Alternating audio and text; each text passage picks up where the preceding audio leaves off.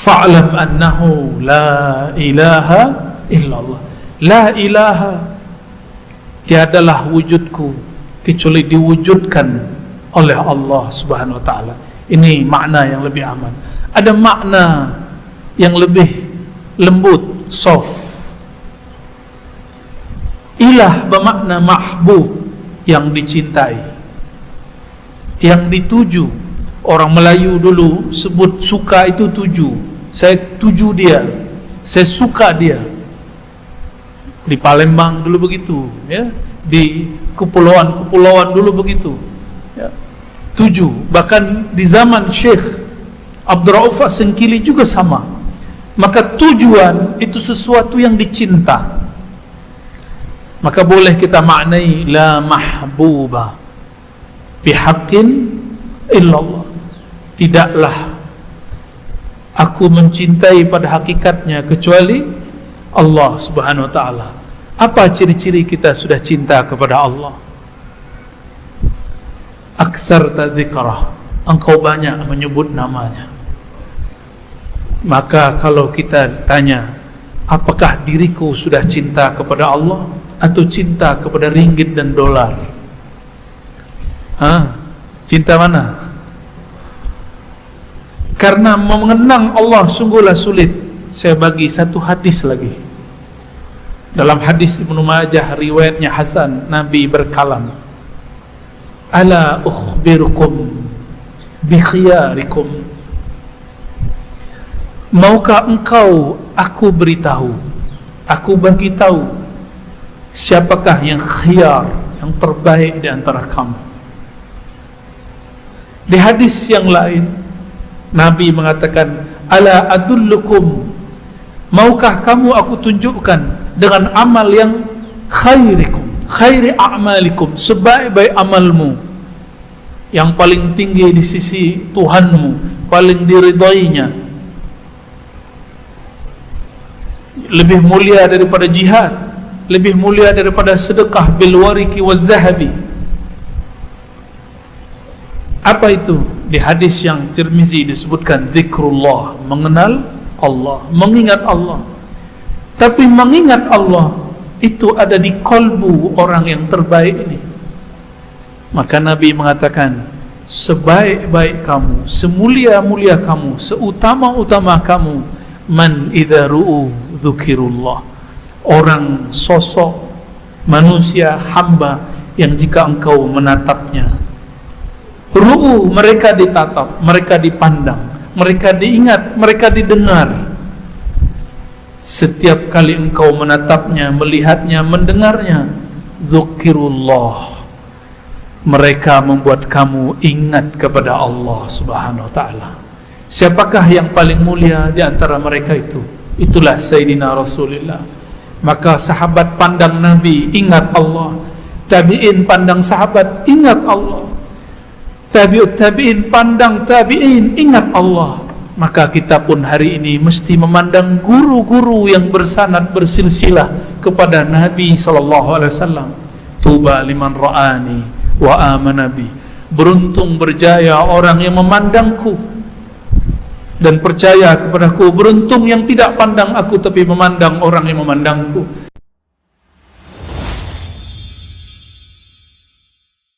Segala puji kita pulangkan kepada yang maha terpuji, Allah Subhanahu wa ta'ala. Namun kita tidak akan mampu memujinya tanpa berterima kasih kepada yang mengajarkan cara memujinya, Sayyidina Muhammad, makhluk yang juga paling terpuji. Allahumma salli wa sallim wa barik ala Sayyidina Muhammad. Namanya Muhammad berarti yang terpuji, bahkan Ahmad yang paling dipuji. Dan kita beruntung berjaya sebagai umatnya, umat Al-Hammadun, yang suka memujinya, yang senang bertahmid, bertasbih kepadanya. Betapa mulianya umat Nabi Muhammad sallallahu alaihi wasallam, sehingga seorang nabi yang dapat berkalam-kalam dengan Allah, berdoa ingin menjadi umatnya, umat Sayyidina Muhammad sallallahu alaihi wasallam. Pernahkah tuan-tuan, puan-puan dulu berdoa kepada Allah jadi umat Sayyidina Muhammad sallallahu alaihi wasallam? Maka min fadlillahi alaina, salah satu keutamaan anugerah tinggi dari Allah untuk kita semua, tanpa kita meminta, kita dijadikan umat baginda Nabi Muhammad sallallahu alaihi wasallam. Salam ta'zim, hormat saya kepada semua ulama, semua habaib, semua masyayikh, semua umara, semua yang berkhidmat untuk hamba-hamba Allah. Tapi saya tak mampu balas pantun tadi, tak mampu. Walaupun berasal dari negeri yang tidak jauh, Sumatera Barat, Minangkabau, negeri yang juga berpantun. Cuma sayang tidak ada yang mendidik saya untuk berpantun. Kajian kita tajuknya pada siang ini, katanya ini perdana zuhur ya. Ba'da zuhur belum pernah ada sebelumnya. Ini bid'ah nih. InsyaAllah kita akan mengkaji ma'rifatullah, ma'rifat, mengenal Allah subhanahu wa ta'ala. Oleh karenanya mari kita bacakan surah Al-Fatihah. Semoga Allah meridhai majlis ini, meridhai kehadiran kita semua, dan membimbing lisan dan qalbu kami untuk berkalam-kalam tentang namanya, dan membuka semua hati dan pikiran kita menerima ma'rifatnya.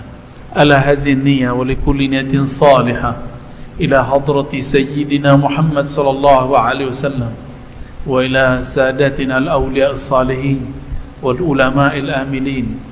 Al-Fatihah. A'udzu billahi minasyaitonir rajim.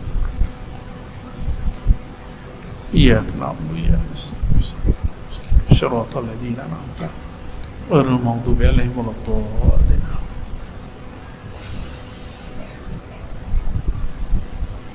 Sedari kecil kita sudah sering mendengarkan kalam awwaluddin ma'rifatullah. Awal agama mengenali Allah. Ini bukanlah hadis, tapi diambil maknanya dari Al-Quran surat Muhammad sallallahu alaihi wasallam ayat 19. Fa'lam annahu la ilaha illallah. Fa'lam, maka ilmuilah, maka berilmulah engkau, maka mengenallah engkau bahwasannya la ilaha illallah. Inilah dalil asal, dalil pokok, dalil utama yang menjadi kenapa muncul ibarat kalimat awwaluddin ma'rifatullah. Maka kita perlu meluruskan kepada beberapa tuan-tuan guru yang mengatakan awwaluddin ma'rifatullah adalah hadis. Mohon maaf, ini bukanlah hadis. Ini pemahaman ulama terhadap Al-Quran. Jangan sebut semua yang benar itu hadis, karena banyak kalimat yang baik bukan dari hadis Nabi sallallahu alaihi wasallam.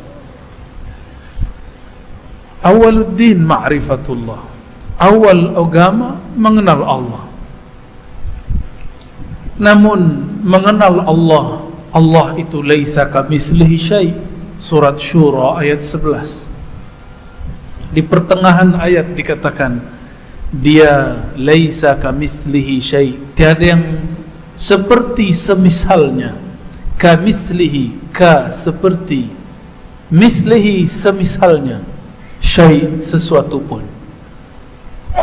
Banyaklah tafsir mengenai ini. Intinya sederhana, Allah tidak dapat dicapai dengan akal fikiran, karena akal fikiran hanya mampu membahas, memikirkan sesuatu yang pernah dilihatnya, sedangkan akal ini tidak pernah melihat Allah subhanahu wa ta'ala. Siapakah yang pernah melihat Allah? Itulah yang dulu Allah ambil perjanjiannya, mitsaqnya, yang kita sering dengar, alastu bi rabbikum qalu bala syahidna. Allah berkalam kepada semua arwah, semua ruh, semua kita ini. Ada yang ingat? Ada yang terkenang? Hatta saya pun tidak ingat. Tapi apa tanda-tandanya kita boleh ingat? Disebut namanya, kolbu bergetar. Disebut nama kekasihnya, kita merindu. Maka Imam Ibn Katsir dan imam-imam ahli tafsir lainnya mengatakan, yang pertama menjawab bala syahidna, benar ya Allah, kami musyahadah menyaksikan engkau. Itu adalah ruh Sayyidina Muhammad sallallahu alaihi wasallam. Tapi saya boleh istilahkan ruh Ahmad. Ruh Ahmad sallallahu alaihi wasallam diambil dari surat Shaf. Sayyidina Isa menyebut Sayyidina Muhammad karena belum bertubuh, masih ruh dan cahaya, disebut dengan Ahmad. Ismuhu Ahmad. Inilah dalilnya. Setelah kemudian diberikan tubuh, maka namanya Muhammad sallallahu alaihi wasallam. Dia Ahmad, dia Muhammad, dia sama juga. Maka orang yang mentakzimkan Muhammad bin Abdullah, dia telah mentakzimkan, menghormati Ahmad Ruhullah. Ahmad dan Ahad pun berdekatan. Perbezaannya cuma satu harf, satu huruf, mim. Ahad dan Ahmad. Maka sedekat apakah dia Ahmad dengan Ahad? Sedekat mim itulah. Itulah rahasia Allah. Oleh karenanya Allah menegur kita semua bahwa di Quran itu ada lafaz huruf-huruf muqatta'ah. Itulah rahasia-rahasia kedekatan baginda Nabi Muhammad SAW kepadanya. Alif lam mim, ha mim, alif lam ra, ha mim ain sin qaf. Semua itu adalah rahasia-rahasia yang Allah berikan isyaratnya kepada siapapun hamba yang mau memahaminya. Bukan hanya Allah yang tahu maknanya, itu salah terjemah. Terjemahnya wallahu a'lam bimuradih, itu bukan terjemah, itu namanya taslim. Al-Imam As-Suyuti hafizahullah ya rahimahullah, beliau mengatakan, Abu Abdurrahman namanya, wallahu a'lam bimuradih, hanya Allah lah yang lebih tahu, yang lebih tahu. A'lam bimuradih, bukan hanya Allah yang tahu.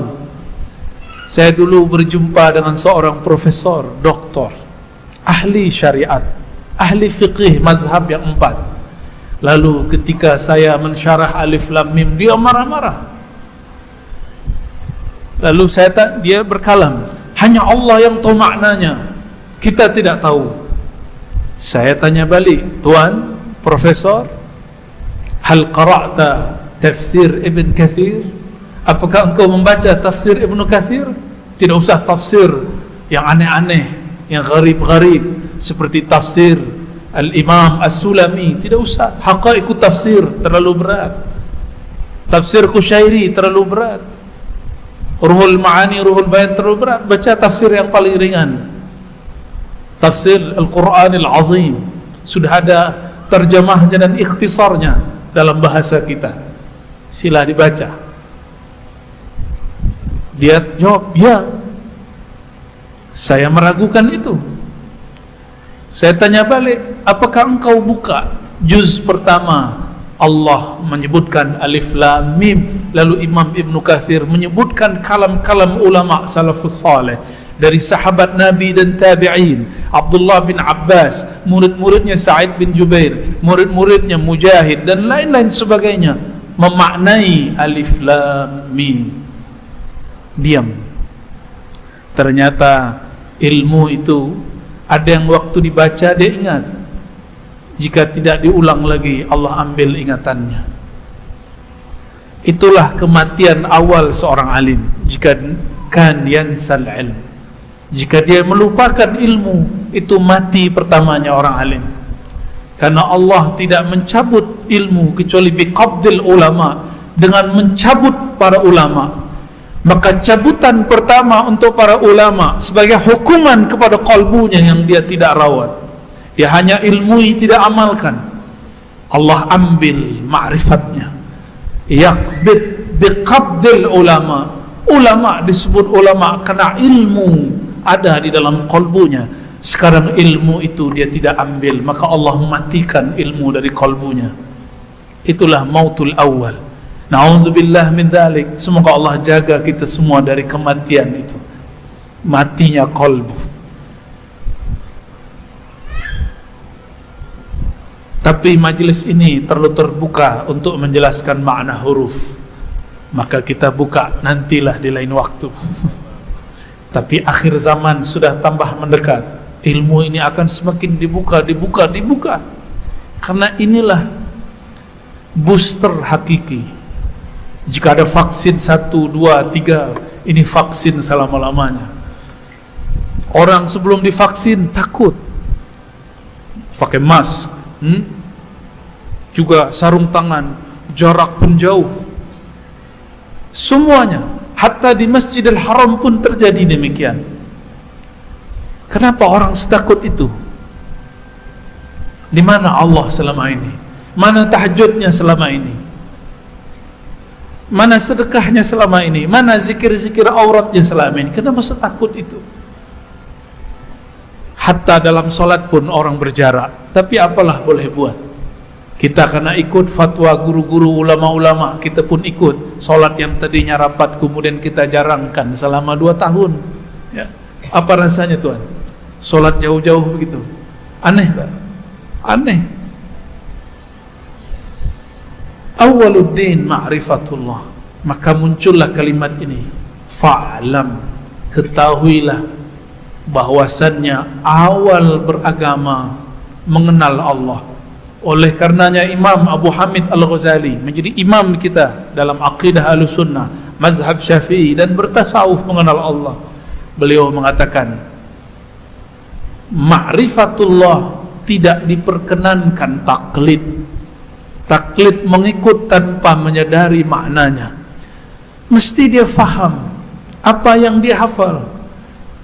Dari dulu kita hanya menghafalkan sifat 20, kapan lagi mau memahami maknanya? Maka pada siang ini saya akan bentangkan sedikit mengenai sifat Allah yang pertama, Kana Allah, atau wujudnya Allah. Dalam hadis Imam Bukhari disebutkan Abu Musa al-Ash'ari dan para kawan-kawannya, sahabat-sahabatnya dari kampung Bani Ash'ari yang berasal dari negeri Yaman, datang kepada Rasulullah bertanya, "Ya Rasulullah, kaifa kana Rabbuna?" Bagaimanakah Rabb kami? Maka keluarga Bani Ash'ari adalah awwalu man qaddama ilma ma'rifatillah ila Sayyidina Rasulillah. Adalah orang kelompok keluarga yang pertama menanyakan itu kepada Nabi Muhammad sallallahu alaihi wasallam. Maka dari zuriatnya lahir Imamuna Abul Hasan Al-Ash'ari qaddasallahu sirrahu, yang kita kenal sebagai Imam Ahlus Sunnah, Imam kajian Ma'rifatullah. Dulu jidnya, datuknya Abu Musa Al-Ash'ari dan kawan-kawannya. Tapi keluarga Ash'ari ini juga ada yang suka berpolitik. Dia minta jawatan kepada Rasulullah SAW. Tapi keluarga yang lain minta ma'rifatullah. Apa kata mereka? Kaifa kana Rabbuna. Hadis ini sahih riwayat Imam Bukhari. Yang saya sampaikan, jika hadis itu hadis, jika bukan, kita jujur juga mengatakan itu bukan hadis Nabi. Bagaimanakah hakikat Tuhan kami, keberadaan Tuhan kami? Wahai Rasulullah, ini yang bertanya ruhnya. Ruhnya merindukan pulang kepada Allah Subhanahu wa ta'ala. Maka siapapun di antara tuan dan puan bertanya bagaimana cara mengenal Allah, itulah nur yang dulu ada di qalbu keluarga Bani Ash'ari. Apa kata Abu Musa Al-Ash'ari? Lalu Rasulullah menjawab, Kana Allah wa la syai'a ma'ah. Allah senantiasa ada. Di saat dia ada, engkau dan alam semesta ini belum ada. ulama kita beri istilah. Ada itu disebut wujud. Maka dalam sifat 20 yang pertama kita hafal, Allah wujud, qidam, baqa. Boleh kita baca berjamaah? Ya? Allah wujud. Ayo, siapa yang pintar nasyidnya? Imam kita boleh? Baca Allah wujud, qidam, baqa. Ada yang boleh? Tafadhal. Ya. Khair ambil mikrofon. Ya, saya mau dengar orang Malaka galur gajah apa? Alur gajah. Mendendangkan sifat 20. Ya, karena ini yang hendak dibid'ahkan hari ini oleh orang-orang yang ingin mengganti akidah kita. Ya, tafadhal.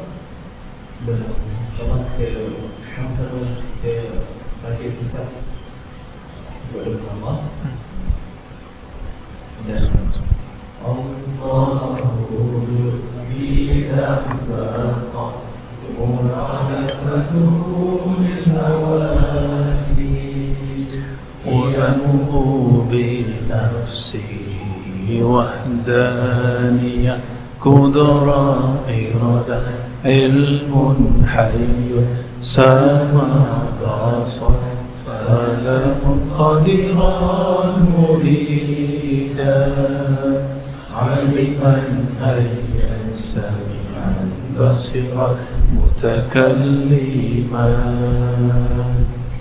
Bolehlah ya. Itu nasyid siapa itu? Allah wujud, qidam, baqa. Wujud itu sifat yang bersifat namanya maujud. Allah itu maujud, sifatnya apa? Sifat itu bukan seperti sifat bahasa Melayu. Sifat itu kondisi atau karakter, atribut yang melekat pada zat. Itu disebut dengan sifat. Kita sebut misalnya imam kita, sautuhu ra'i', suaranya indah, merdu. Suara indah, indah itu sifat, sifat dari suara. Ini cuma analog, kias. Allah lebih mulia dari itu. Coba bayangkan suara indah, tapi yang punya suara tidak ada. Ada enggak? Tak ada ya. Maka sifat wujud mesti ada zat yang wujud. Zat yang wujud ini zat yang mutlak. Ulama kita sudah habis istilah menyebutnya, sampailah mereka menyebut zatul buhti. Itu bukan nama. Zatul buhti zat yang mutlak, yang tidak dapat dibayangkan fikiran, tidak dapat dicapai oleh pendengaran, oleh penglihatan. La tudrikuhul absar wa huwa yudrikul absar. Karena semua ayat menyebutkan engkau tidak sanggup, tidak ada yang mirip dengannya, engkau tidak dapat mencapainya. Maka ma'rifatullah itu jalan terdekatnya cuma satu. Allah mulai fa'lam annahu la. Inilah rahasia lafaz la. Jika hendak mengenal Allah, hidupkan lafaz la di dalam diri. Apa makna lam alif? La, tidak. Tidak adalah wujudku kecuali diwujudkan Allah. Kalau ini makna kalam orang mengatakan wujud kami, wujud Allah, baru boleh diterima. Tapi kalau mereka mengatakan kami ini Allah, itu zindiq. Tapi kalau makna mereka mengatakan wujud kami, wujud Allah, wujud kami, diwujudkan Allah, barulah benar. Faham ya kenapa dulu banyak orang Melayu zikir begini, sampai ke Jawa, sampai ke Ambon, sampai ke mana-mana orang zikir begini, wujuduna wujudullah. Saya menyaksikan kalimat ini jika sampai di kalangan orang-orang yang awam tidak mengerti agama, nanti dia berfikir dia sudah menjadi Tuhan ya. Kata ulama dari dulu, man arafa nafsahu faqad arafa rabbahu, wa man arafa rabbahu halaka nafsahu, halaka nafsuhu. Siapa yang kenal dirinya, kenal Rabbnya. Siapa yang kenal Rabbnya, binasalah dirinya. Maka jika disebut Allah, tiada lagi dia.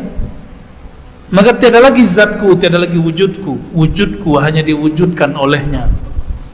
Maka tidaklah sopan seorang hamba mengatakan wujud dia, wujud Allah, kecuali dia maknai wujudku diwujudkan oleh Allah dengan kun fayakun, ya Allah subhanahu wa ta'ala. Itulah surat yang dikirim dahulu oleh imam di Madinah, namanya Ibrahim Al-Qurani. Dia kirim melalui muridnya bernama Syekh Abdul Rauf As-Singkili dari Aceh. Dialah yang pertama menterjemah Quran ke bahasa Jawi, terjemahan Al-Mustafid. Dia juga seorang mursyid tariqah Qadiriyah, dan di saat yang sama mursyid tariqah Syattariyah. Gurunya Al-Qurani dan Kusyasi, imam di Madinah, imam pemegang 40 tariqah mu'tabarah sahihah. Dan mereka mengajarkan ini betul hati-hati.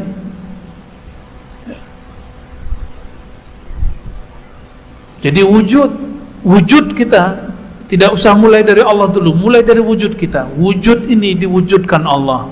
Bahasa istilah ilmu akidahnya, wujud kita ini disebut wujud mumkinul wujud. Dahulu tidak ada, lalu Allah adakan. Maka dulu kita pernah bertanya ke jamaah di Pulau Jawa, lebih dahulu ayam atau telur? Masih ingat? Ada yang tahu kajian itu? Saya juga tanyalah sama orang Malaka ini, lebih dahulu telur atau ayam? Mana yang dulu? Yang punya ayam di rumahnya, ada kandang ayam di rumah, lihat ada ayam mengeluarkan telur, orang ini akan bicara, oh ayam dari telur dari ayam. Tapi anak-anak kecil upin-ipin lihat ada telur menetas, keluarlah anak ayam. Kata mereka apa? Ayam dari telur. Oh, putar-putar. Namanya daur. Dalam ilmu akidah namanya daur. Ayam dari telur, telur dari ayam, ayam dari telur, telur dari ayam. Ada lagi namanya tasalsul. Dari siapakah engkau? Dari ayahku. Ayahku dari ayahku. Terus sampai Nabi Adam. Nabi Adam dari tanah. Terus diputar. Tasalsul. Tidak ada ujungnya, seperti rantai. Rantai tidak ada ujungnya. Maka mesti ada yang bukan ayam, bukan telur. Ya, jangan terjebak dengan ayam dan telur. Mesti bukan ayam, bukan telur, bukan manusia, bukan langit, bukan bumi, bukan malaikat, bukan ruh, bukan cahaya. Dialah Allah, laisa kamitslihi syai'. Karena membayangkannya tidak sanggup, dia menyebut dirinya huwa. Dia kita sebut dia, berarti orangnya tidak terlihat oleh mata, tidak terdengar oleh telinga. Itu yang disebut dia. Maka nama dia Hu itu salah satu al-asmaul husna. Tapi sayang sekali beberapa da'i dia tidak memperhatikan ini dan mengatakan zikir menyebut nama Hu bid'ah. Ya, cukuplah kita kasih satu kitab judulnya Al-Ibda fi Madaril Ibtida, karya ulama Azhar, kawan dari Syekh Muhammad Abdu, Syekh Ali Mahfuz. Seingat saya beliau menyebutkan zikir Hu disebut bentangkanlah ada orang yang mengatakan bid'ah, ada yang tidak bid'ah. Satu-satunya yang mengatakan bid'ah adalah Syekh Ibn Taymiyah, ghafarallahu lahu. Semoga Allah ampuni dia. Niatnya baik, cuma emosinya terlalu tinggi. Dia membid'ahkan sesuatu sebelum betul-betul mutqin membahasnya. Maka dibantah oleh Imam Ibn Atta'illah dan muridnya As-Subki, lalu anaknya Tajuddin As-Subki, dan berlanjut sampai hari ini. Lalu di dalam kitab Ibda disebutkan, saya memilih, saya menguatkan bahwa zikir menyebut nama Hu tidaklah bid'ah, karena Hu sebagaimana dikatakan Imam Abdul Qahir Al-Baghdadi dalam kitab Usuluddin dan kitab-kitab yang lain, Al-Asma' wa Sifat, Hu adalah ismun min asma'ihi, nama dari nama-nama Allah Subhanahu wa ta'ala. Apa dalilnya? 3 ayat terakhir surat Al-Hasyr. Coba lihat.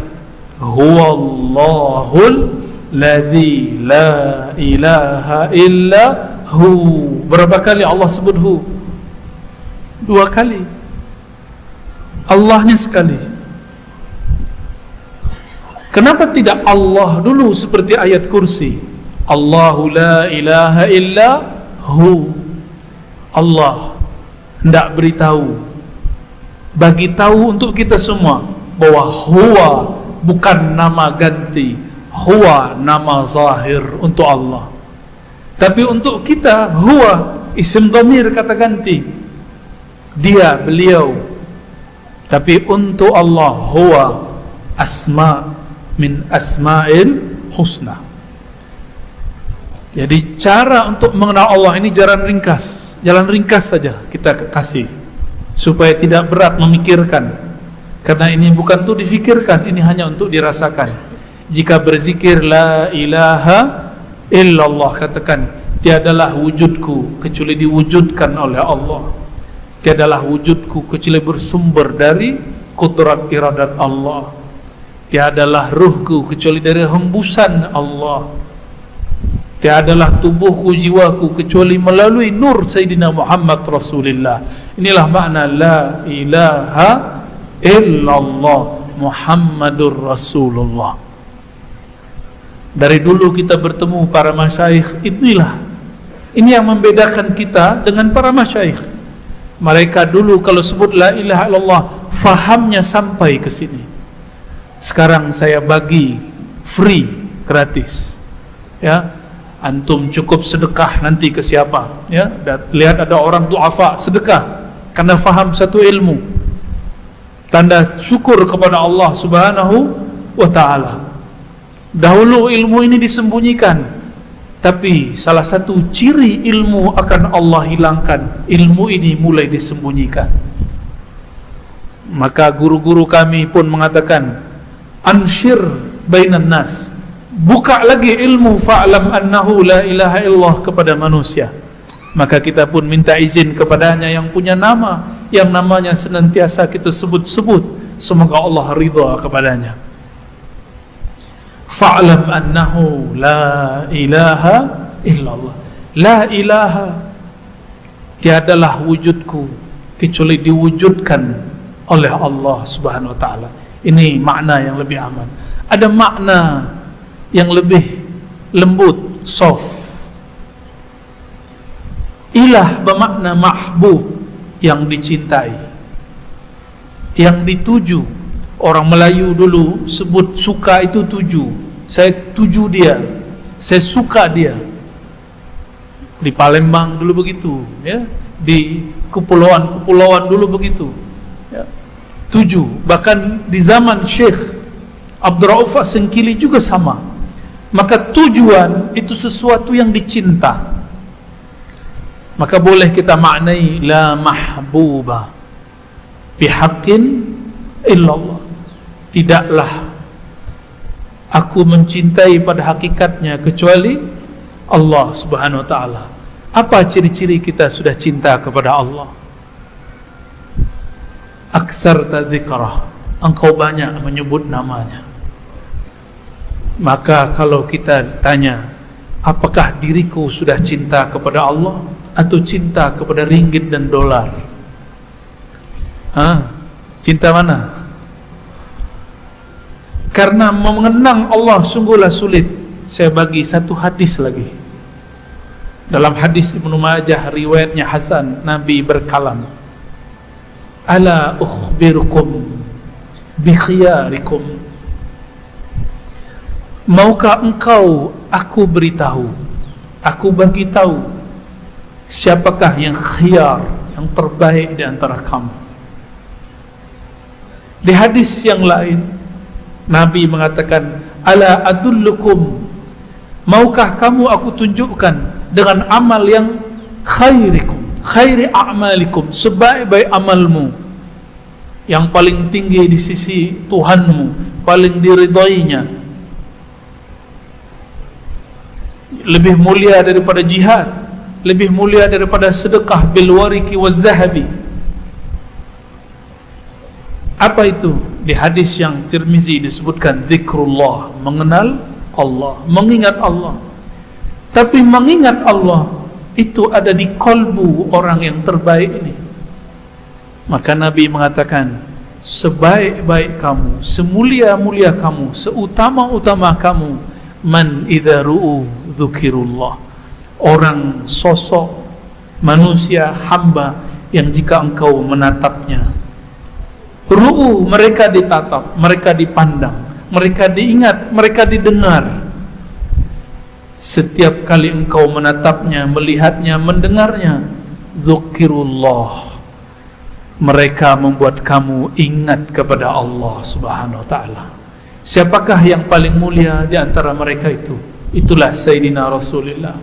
Maka sahabat pandang Nabi, ingat Allah. Tabi'in pandang sahabat, ingat Allah. Tabi'ut tabi'in pandang tabi'in, ingat Allah. Maka kita pun hari ini mesti memandang guru-guru yang bersanad bersilsilah kepada Nabi SAW. Tuba liman ra'ani wa amana bi. Beruntung berjaya orang yang memandangku dan percaya kepadaku. Beruntung yang tidak pandang aku tapi memandang orang yang memandangku. Maka niatkan memandang guru, memandang bayang-bayang bekas-bekas wajah Rasulullah di wajahnya. Dulu ada seorang sahabat didatangi oleh tabi'in. Sahabat ini adalah Anas bin Malik. Kata seorang tabi'in, wahai khadim Rasulullah, jika sayyidul qaumi khadimuhum, penghulunya kaum adalah pelayannya.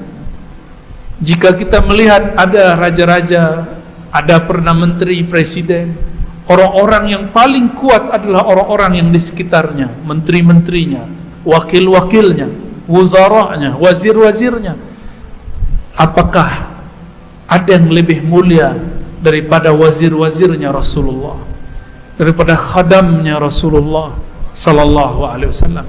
Sayyidina Anas yang 10 tahun dia menatap Rasulullah, didatangi oleh tabi'in. Apa kata tabi'in ini? Wahai khadam Rasulullah, izinkan bibirku mengecup mata yang dulu memandang Rasulullah sallallahu alaihi wasallam. Ada lagi yang datang, wahai sahabat Rasulullah, manakah lidah yang dulu diludahi oleh Rasulullah? Ternyata ada sahabat yang ambil berkah Nabi, dia diludahi Rasulullah. Ada yang meminum air bekas wudu Rasulullah.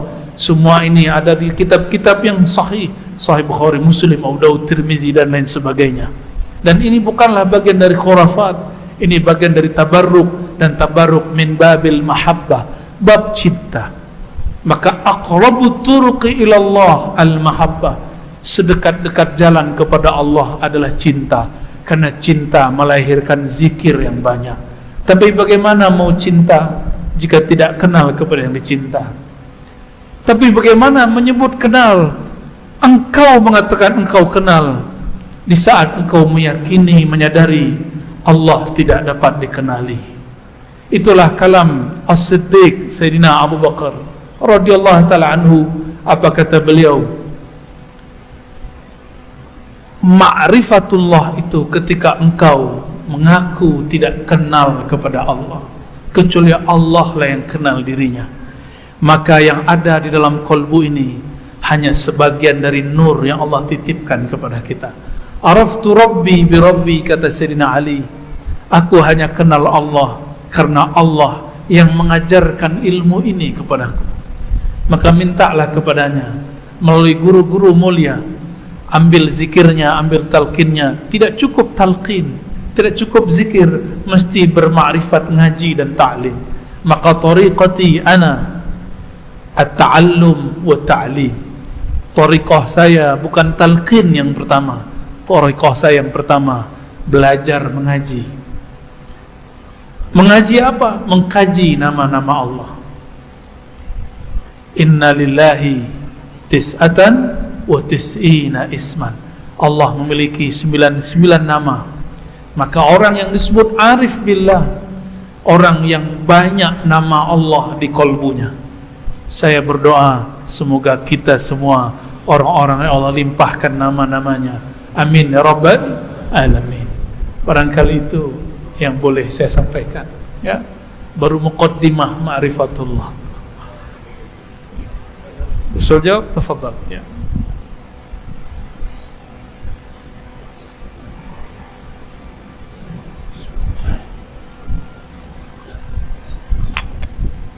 Jazakallah yang mulia lagi dengan pembukaan ilmu ma'rifatullah, mudah-mudahan Allah akan limpahkan kita dengan insya. Jadi saya masih dibuka sesama oleh kalangan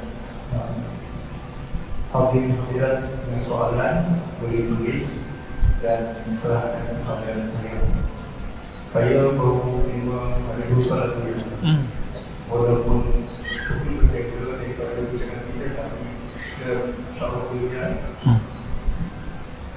Soalan yang pertama, pada maqam fana billah, di manakah diri ini berada? Adakah dia bersatu dengan Tuhannya? Okey. Jangankan bersatu dengan Tuhan, bersatu dengan kasih di dunia pun tidak mungkin. Itu hanya istilah para pencinta. Ketika kita mengatakan duhai belahan jiwaku, jiwa dia, jiwa kita, jiwa kita. Tapi sebagai tanda cinta kita kalamkan duhai belahan jiwaku, wahai ruhku. Ya, jangankan kepada Khalik, kepada makhluk yang kita cinta tidak ada persatuan. Yang ada hanya hati yang dijinakkan oleh Allah Subhanahu wa taala. Pantaskah hamba yang hina hadis dicipta bersatu dengan Allah yang mencipta? Maka di Risalah Al-Qushairiyah, Imam Qushairi akidahnya Ahlussunnah dan dia mursyid tariqah. Beliau meriwayatkan dari gurunya Imam Abul Hasan Asy'ari, yaitu Imam Abul Qasim Al-Junaid, Sayyid Taifah, penghulunya para sufi, ulama salafus saleh yang wafat sebelum tahun 300 Hijriah. Apa kata beliau? Tauhid itu adalah ifradul qidami anil hadath. Tauhid itu jika engkau mampu membezakan antara yang qadim dengan hadis, tidaklah pantas seorang hamba yang arif mengatakan persatuan dirinya dengan Allah. Karena Allah qadim, sedangkan diri kita baru. Kita ini dari materi, unsur yang 4. Kalaupun ada Allah tiupkan ruh, itu pun hembusannya bukanlah dia. Nafasnya Allah bukanlah Allah. Sebagaimana kata ulama-ulama ahli akidah, jangankan nafas, sifatnya la huwa hiya wa la hiya ghairuh. Zat bukanlah sifat, tapi sifat tiada tanpa ada zat. Selamat kepalanya pening.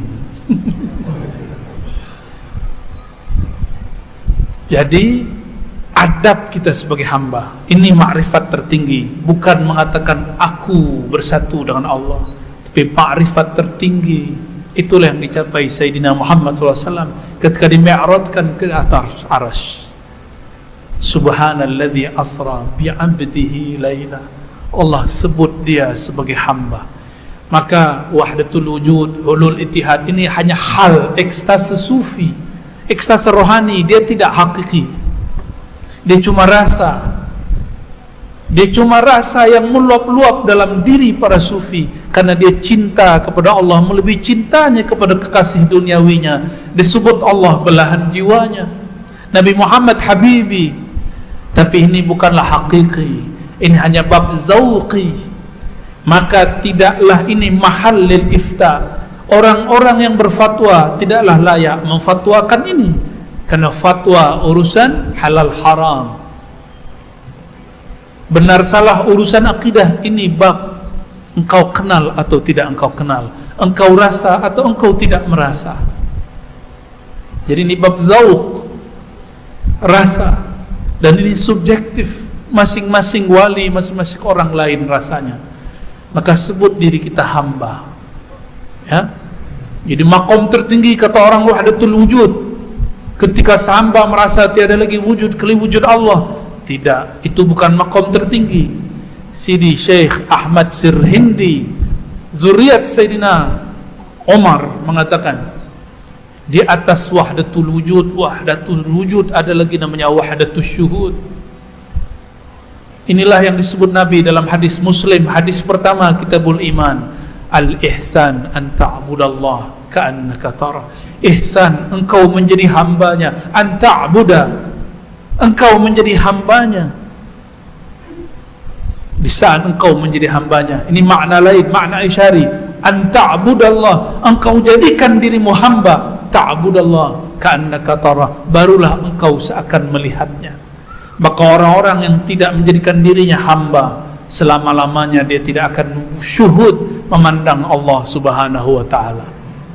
Allahumma salli wa sallim wa barik alaihi. Soalan yang seterusnya, Islam itu bersaudara, mana lebih utama, bersahabat dengan jin Islam berbanding dengan manusia bukan Islam? Baik, mau yang horor nih ya, tahu horor? Jangankan berkawan dengan jin, berkawan lain bangsa pun kita kesulitan. Ya, saya hari kedua baru faham orang Malaka cakap. Ya, karena belum biasa. Kita nanya, bisa masuk? Dah boleh masuk? Kita nanya bisa, dia bilang boleh. Bisa boleh, bisa boleh. Lafaznya sudah berlainan. Lain kampung, sudah lain bahasa, lain tradisi, apalagi lain alam. Jin dan kita lain alam. Maka mohon maaf Bang Jin, kita tidak usah berkawan dalam-dalam. Jika engkau hendak ingin berkawan, berkawanlah sesuai yang engkau janji dengan Rasulullah dahulu dan Nabi Sulaiman. Siapa yang tidak punya ilmu Nabi Sulaiman, saya harap jangan berkawan dengan jin. Ya, biarlahkanlah jin jika dia mukmin, wa khadim lana minal jinni ma'al iman. Ya Allah, jika hendak engkau membuat kami berkawan dengan jin, khadamkan dia dengan kami dengan syarat ada iman. Ini yang paling menarik. Dalam kitab Al-Furqan, Ibnu Taimiyah, imam Salafi, imam yang disebut kelompok Wahabi, Syekhul Islam, dia mengatakan isti'anah bil jin jaizah, memohon bantuan jin boleh. Inilah anehnya Ibnu Taimiyah. Istighasah dengan aulia, tawassul dengan ulama tidak boleh, tapi isti'anah dengan jin boleh.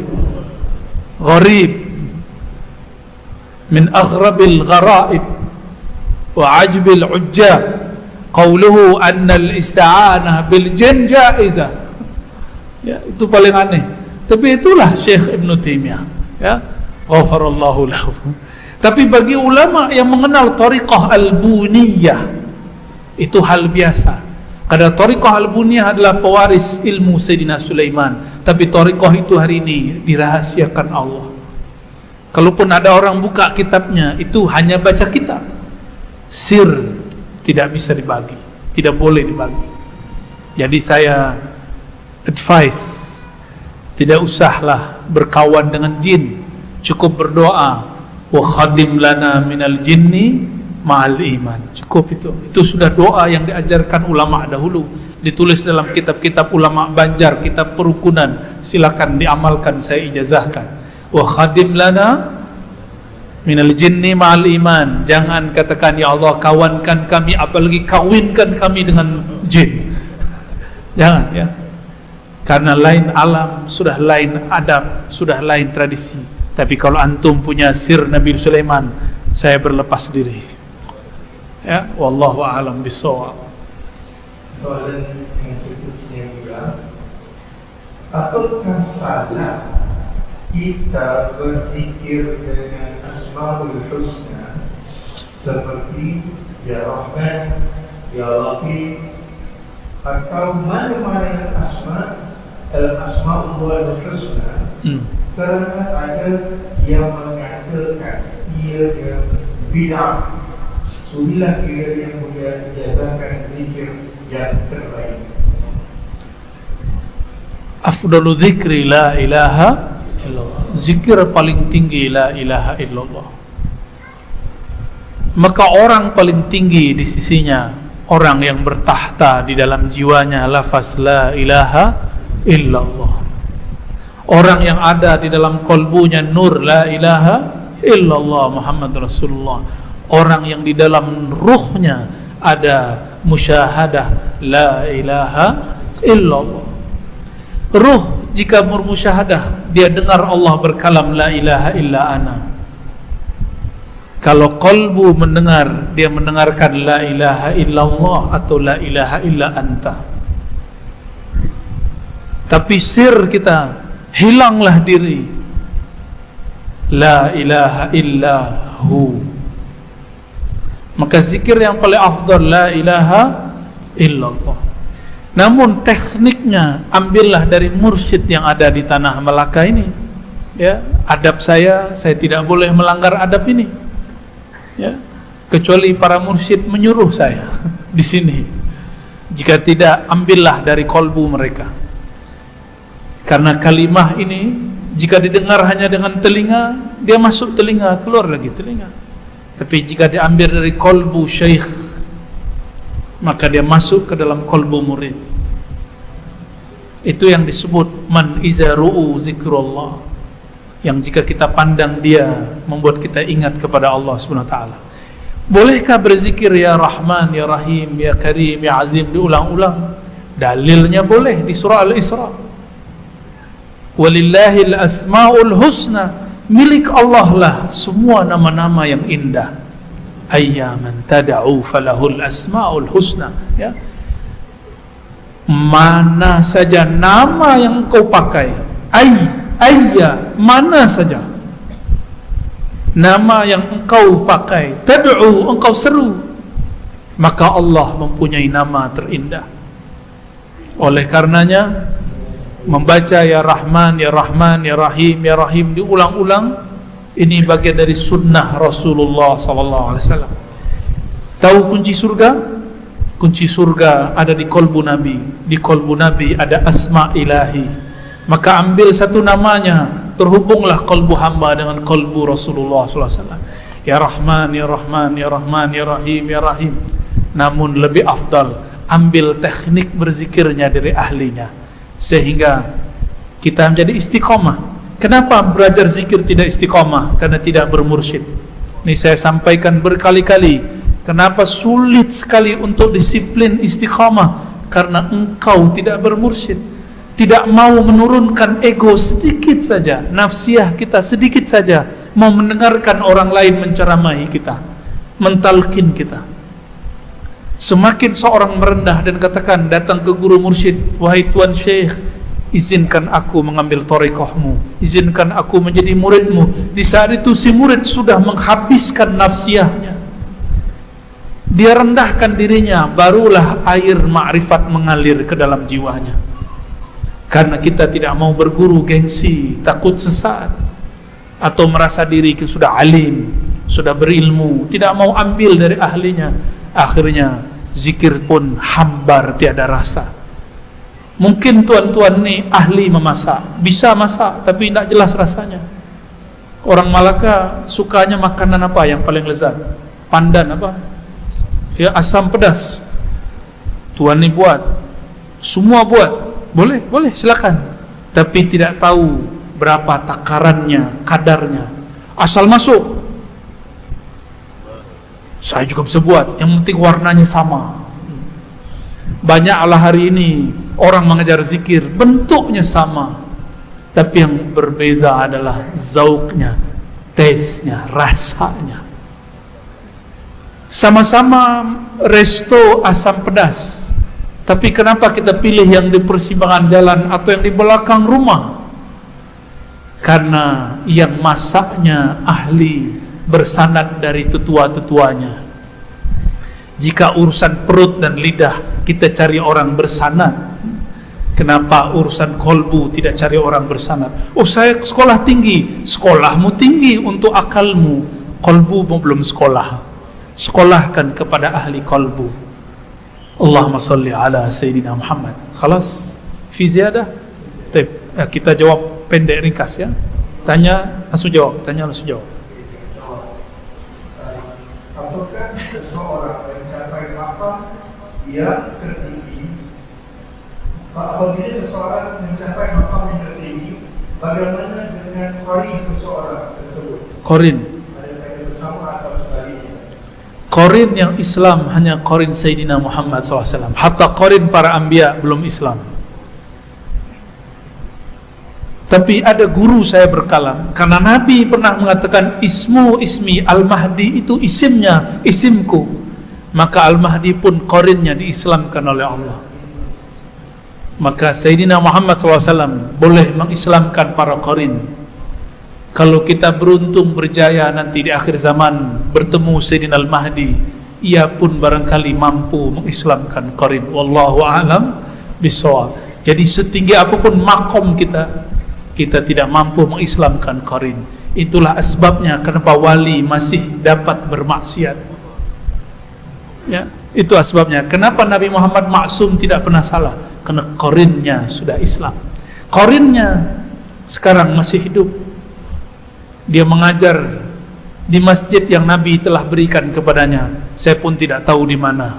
Katanya di Madinah, Masjid Al-Jin, katanya di masjid yang lain. Karena katanya kita cukup katakan wallahu a'lam bishawab. Ya. Baik. Kenapa bila seseorang datang melihat Nabi Muhammad SAW di dalam jaga dan gigi secara gerak dan juga dapat melihat semua para Nabi? Ada benar atau tidak? Nabi SAW mengatakan, Ana basyarun mislukum. Aku manusia seperti kamu. Apa perbezaan Nabi dan kita? Yuha, diwahyukan kepadanya bahwasannya tiada la ilaha illallah. Wahyu turun ke dalam ruh, disimpan dalam sir, diterjemahkan oleh fuad, lalu dibahasakan oleh kolbu. Makanya ada orang arif billah tidak mampu membahasakannya karena makrifat dia berhenti di dalam ruh dan sirnya, belum diterjemahkan oleh kolbunya. Dia arif, doanya mustajab, tapi dia tidak mampu berkalam. Sudah jumpa orang begitu? Doanya mustajab tapi tidak mampu menjadi ceramah, tidak mampu jadi dai. Bagaimana kok ada? Kenapa ada orang melihat Nabi dalam keadaan jaga mimpi? Ini saya sampaikan, merindukan Nabi dalam keadaan jaga lebih utama daripada bertemu Rasulullah dalam mimpi. Karena dalam mimpi itu bukan ikhtiar kita, sedangkan kita ini ada kasab, ada ikhtiar, ada usaha yang mesti kita tanggung jawabkan kepada Allah. Orang yang merinduinya dalam keadaan jaga lebih utama daripada dia bertemu Rasulullah dalam keadaan mimpi, karena mimpi hanya terjemahan buah dari kerinduannya di alam jaga. Ahli-ahli neurologi menyebut sekarang ini alam bawah sadar atau alam sadar. Ini sebut alam sadar. Tapi sekali saja tuan-tuan asyik mendengarkan ceramah kajian, sebenarnya tuan-tuan sudah masuk ke dalam alam bawah sadar. Maka ada orang yang sudah masuk ke alam bawah sadarnya dalam keadaan dia masih jaga. Jika ini diteruskan, ada namanya beta, theta, alfa, terus masuk ke dalam dirinya, dia jaga, tapi fikirannya sudah masuk ke alam bawah sadarnya. Di saat itulah ruhnya diizinkan Allah memandang Sayyidina Muhammad SAW dalam keadaan jaga. Man ra'ani fil manam fasayarani yaqzah. Itulah makna siapa yang melihatku dalam mimpi, dia akan melihatku dalam keadaan jaga. Ya. Maka rinduilah ia dalam keadaan jaga. Ya. Ini amalan saya dari remaja, dari kecil. Sebelum Jumat, datang lebih awal ke masjid, atau berwirid di kamar kita, di bilik kita, bersolawat kepadanya 1 jam sebelum Jumat, 60 menit saja. Kenapa orang mampu main sosial media 2 jam, main game 3 jam? Kenapa? Karena dia lebih cinta dunia daripada Nabi Muhammad SAW. Orang seperti ini minta bertemu Nabi, mustahil. Ya, maka coba latih terus. Jangan bernafsu hendak bertemu Rasulullah, karena Rasulullah tidak menemui orang yang bernafsu. Wajahnya terlalu mulia dipandang oleh orang bernafsu menatapnya. Maka dahulu adalah seorang hamba, dia merindukan Rasulullah SAW, bertahun-tahun bersolawat 1000, 2000, tapi Allah tidak kunjung kasih hadiah mimpi. Sebelum Jumat, si hamba ini bersolawat, dia tebarlah sajadah, dia hendak solat hajat, ingin bertemu Rasulullah, tapi dia tidak sanggup, badannya lemah, dia lelah. Maka dia ambil ujung sajadah, tangannya seperti dia tertidur. Solawat belum dibaca, solat pun belum diangkat, tapi dalam tidurnya Rasulullah mengundangnya bertemu, menjemputnya bersuah, dan mengucapkan salam dan berkalam-kalam dengannya. Ketika dia bangun, orang sudah mau azan pertama. Disitulah dia menangis. Ya Sayyidi ya Rasulullah, di saat aku tidak bersolawat kepadamu, engkau datang menjunjukiku. Artinya engkau datang kepadaku bukan karena aku bersolawat kepadamu, tapi karena Allah telah memantaskan aku memandang wajah muliamu. Arina wajhaka ya Sayyidi ya Rasulullah. Allahumma salli wa sallim wa barik alaihi. Dua lagi. Bagaimana cara meningkatkan kecerdasan dan ingatan dan tingkat diijazahkan dengan baik? Salah satu yang diijazahkan masyayikh kita adalah solawat antara maghrib dan isya. Dahulu saya sudah bagi baca air hujan, ya. Nah, silakan amalkan itu. Ada lagi amal yang lebih mudah, solawat di saat orang sibuk cari makan, ba'da maghrib sampai isya, solawat aja. Ada yang bersolawat dengan solawat Allahumma salli ala Sayyidina Muhammad, kamalana la nihayata li kamalika wa addi kamalih. Ada yang solawat menyapa Rasulullah, apapun solawatnya.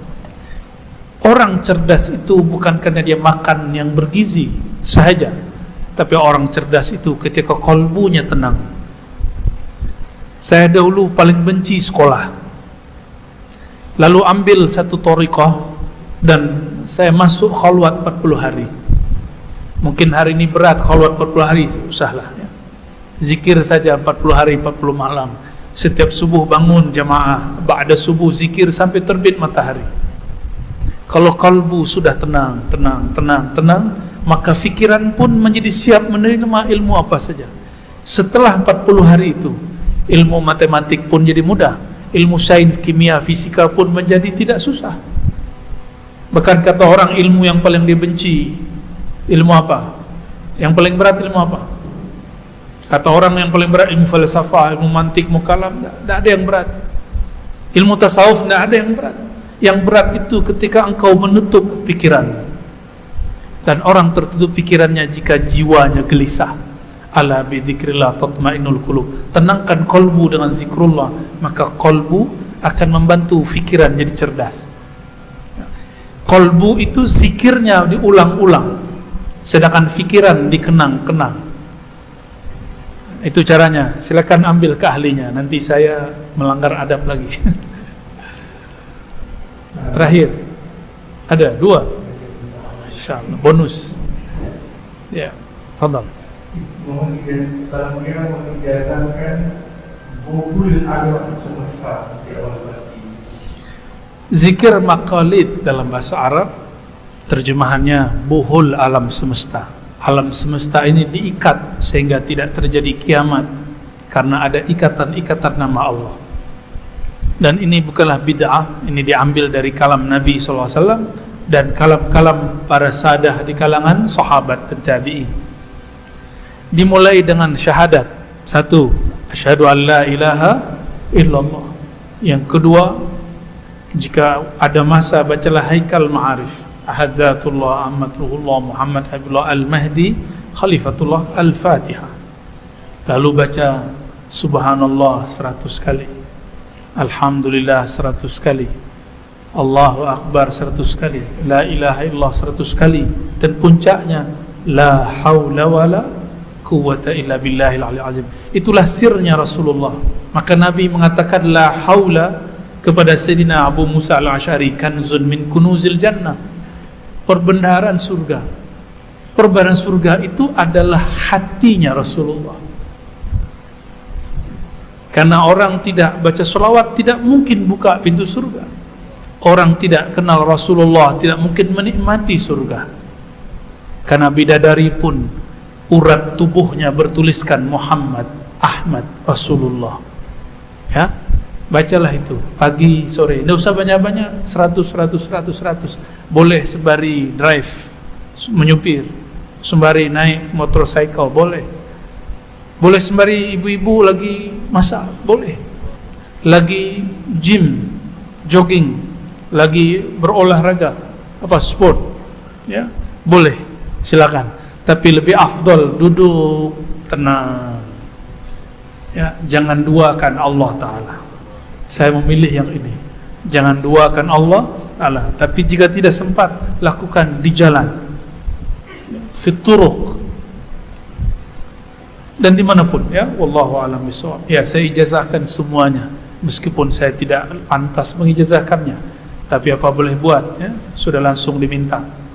Ajaztukum azkar maqalidis samawati wal ard. Al-Fatihah. Iya, orang mau dibelahi balato.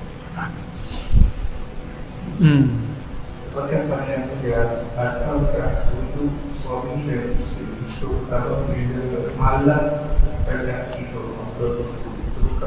berjalan. Inilah kalau belajar fikih Syafi'i tidak syamil, ya.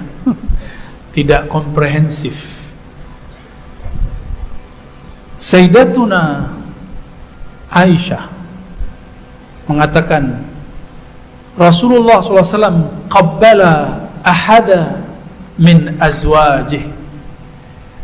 Kekasihku Rasulullah mencium, bukan hanya sentuh, menciumi salah satu istrinya. Di riwayat lain, qabbalani, menciumi aku, karena Sayyidah Aisyah tidak tahan melihat Nabi mencium istri yang lain. Maka yang dia maksud di situ adalah dirinya. Lalu dia langsung sholat. Walam yatawadda, tidak mengulangi wudu. Tapi hadis ini didhaifkan oleh Imam Al-Hazmi, juga dianggap dhaif oleh Imam Syafi'i. Atas dasar itulah Imam Syafi'i mengatakan aula mastumun nisa, engkau menyentuh perempuan. La masa, saling menyentuh perempuan. Maka yang disentuh dan yang menyentuh batal. Idza qumtum ila shalah. Ingat surat apa? Surat 5 ayat 6. Perhatikan, nanti dibuka lagi di rumah. Idza qumtum ila shalah, jika hendak engkau berangkat salat. Bukan idza kuntum ila al-firash, bukan jika hendak engkau ke tempat tidur. Maka ada namanya wudu lis salah, ada wudu lin naum. Kata Rasulullah SAW dalam hadis Bukhari, ya, jika engkau hendak salat maka berwuduklah, ya, falyatawadda ahadukum kawudu'ihi lis salat, seperti wuduknya dia hendak salat, tapi dia bukan hendak salat. Kenapa? Ini wuduk mau tidur. Jadi tidak perlu pisah dengan istri. Tidak perlu kasih tabir hijab. Apalagi pasang hijab lagi ya. Saya tidak mau bersentuhan. Ya. Bahkan Imam Syafi'i, ini khusus yang hendak pergi umrah esok hari, sepekan lagi, bulan depan lagi, Imam Syafi'i mengatakan bahawa di Masjidil Haram saat tawaf, saat manasik, tidak batal laki bersentuh dengan perempuan. Maka kita tidak perlu ganti mazhab, pindah mazhab seperti yang dikalamkan sebagian orang yang mengajar fikih tapi dia tidak membaca kitab Al-Um dan Risalah karya Imam Asy-Syafi'i. Alhamdulillah, salah satu wirid saya, kalau enggak setiap hari, sekali sepekan, kalau enggak sekali sebulan, kita kemudian membaca, mendiskusikan dengan kawan-kawan fikih Syafi'i dan kitab-kitabnya ini. Jadi tidak perlu ganti mazhab. Jadi wudu sebelum tidur, peluk istri, ya. Yang belum punya istri, ya salam. Ya miskin. Kata guru saya dulu waktu kami masih belum punya istri, anta miskin. Apa arti miskin? Engkau sungguh apa? Miskin terjemahannya bukan miskin fakir. Sungguh rugi. Oi, orang merugi. Nisfud ni'matid dunya fi zawaj. Separuh nikmat dunia ada dalam menikah, tapi separuh azab dunia juga dalam menikah. Semoga Allah merahmati kita semua, merahmati keluarga kita, pasangan kita, orang tua kita, guru-guru kita, anak keturunan kita, wabil khusus siapapun yang hadir. Allahumma ya Allah ya Rahman, ya Rahman, wahai yang maha kasih, salli ala Sayyidina Muhammad, abdikar Rahman, abdikar Rahim. Sampaikan salam cinta kami, salam kasih kami kepada hamba-Mu terkasih Sayyidina Muhammad sallallahu alaihi wasallam.